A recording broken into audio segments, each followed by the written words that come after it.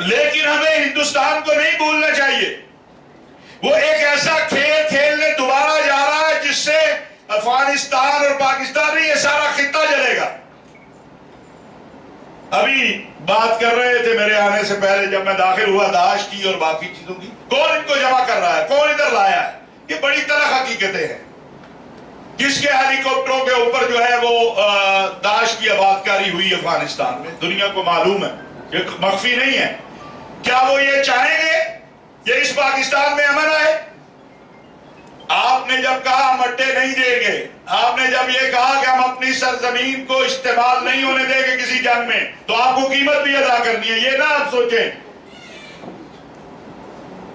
لیکن اگر ہم متحد ہوں تو واللہ باللہ تاللہ کوئی ہمارا کچھ نہیں بگاڑ سکتا. اگر ہم ہاتھوں میں ہاتھ ڈال کے کھڑے ہو جائیں کہ ہم نے اپنے ملک میں کوئی گیم نہیں اور کھیلنے دے رہی، ہم نے بہت خون دے دیا، یہاں امام بارگاہیں لہو لہان ہوئی، یہاں مسجدیں لہو لہان ہوئی، یہاں چرچ لہو لہان ہوئے، پارکیں، سڑکیں، 8,000 علماء شہید ہوئے. اب بس ہم نے بڑی قیمت ادا کی ہے، ہم کھڑے ہیں ایک دوسرے کے ساتھ. چھوڑیں یہ چھوٹی چھوٹی باتیں جو ہے. اگر محمد عربی صلی اللہ علیہ وسلم کا کلمہ سر بلند ہوگا تو ہم سب سر بلند ہوں گے، اور اگر اس کلمے پہ کوئی حملہ کرے گا تو ہماری عزتیں کس کی؟ ہماری پکڑیے رسول اللہ صلی اللہ علیہ وسلم اور اصحاب رسول اور اہل بیت اور اللہ کی توحید کی وجہ سے ہیں، ورنہ ہمیں کوئی سلام بھی نہ کرے. تو میں راجہ ناصر عباس صاحب بڑے محترم ہیں، ہر حلقے میں ان کا احترام پایا جاتا ہے، اور بہت مثبت تھوڑا سا ہم نے قربت جب اختیار کی ان کی چیزوں کو، تو یا شرازی صاحب اور ان کے باقی ساتھی اکثر ملتے ہیں. ہمیں ضرورت ہے کہ ہم ماضی کو پیچھے چھوڑیں، حال اور مستقبل کو بہتر کرنے کے لیے آگے چلیں، اور اس کا ایک ہی راستہ ہے کہ ہم ایک دوسرے کے ساتھ بیٹھ کر، اگر کوئی اختلاف بھی ہے، اگر کہیں کوئی بات بھی ہے تو اس کو بیٹھ کے حل کر لیں. مجھے تو نہیں نظر آتا کہ کہیں پر جب جتنا بھی ہم دیکھ رہے ہیں کہ مقدسات کی توہین کر کے، اور میں یہ بھی کہنا چاہتا ہوں آج کوئی بدبخت حضرت امام مہدی یا ائمہ اطہار کی توہین کرتا ہے، ہم اس سے بری ہیں. یہاں بڑے اہل سنت کے تمام بڑے حضرات بیٹھے ہیں، ہم اس سے بری ہیں، ہمارا اس سے کوئی تعلق نہیں ہے. حضرت امام مہدی اور ائمہ اطہار ہمارے سر کا تاج ہیں، ہمارے لیے مشعل راہ ہیں. ان کی توہین اور تکفیر کرنے والے کو ہم مسلمان نہیں سمجھتے. اسی طرح ہم سمجھتے ہیں کہ اصحاب رسول و اہل بیت کی توہین اور تکفیر جو ہے وہ کرنے والا بھی جو ہے اسلام کے دائرے سے باہر چلا جاتا ہے. تو ہمیں جب ہمارے چیزیں طے ہیں، مشترکات طے ہیں، اور یہ پیغام پاکستان ہم نے دستخط کیا ہے، تو پھر میں گزارش کروں گا کہ ہم بھی کوشش کریں، آپ بھی کوشش کریں، اور ان لوگوں سے اعلان برات کریں جو جان بوجھ کر یا اشارتاً کنایتاً شرارت کرنا چاہتے ہیں.